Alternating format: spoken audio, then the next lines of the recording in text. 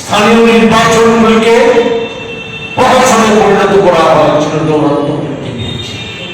এবারও সেই লক্ষ্য আমরা ওনার কথাতে, ওনার চালচলনে, ওনার কার্যকলাপে বিজেপি দলের লোকদের আস্ফালনে, কর্মকর্তাদের একটা অংশের, সকলের না, একটা অংশের আস্ফালনে আমরা এই জিনিসগুলি আজকে আবার নতুন করে প্রত্যক্ষ করছি। ফলে আমরা আশঙ্কিত নির্বাচন সুষ্ঠুভাবে সম্পন্ন হবে।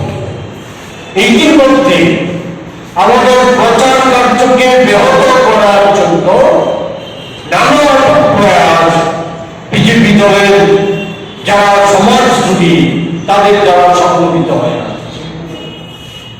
নানা ঘটনা বিভিন্ন জায়গায়, রাজ্যের বিভিন্ন প্রান্তে, পশ্চিমাচল ছোট না, পূর্বাচল সহ বিভিন্ন জায়গায় সেখানে আমাদের প্রচার সজ্জা বিনষ্ট করে দেওয়া, এগুলিকে ছিঁড়ে পুড়ে আগুন লাগিয়ে দেওয়া, এই সমস্ত ঘটনা সেখানে সংঘটিত করা হচ্ছে।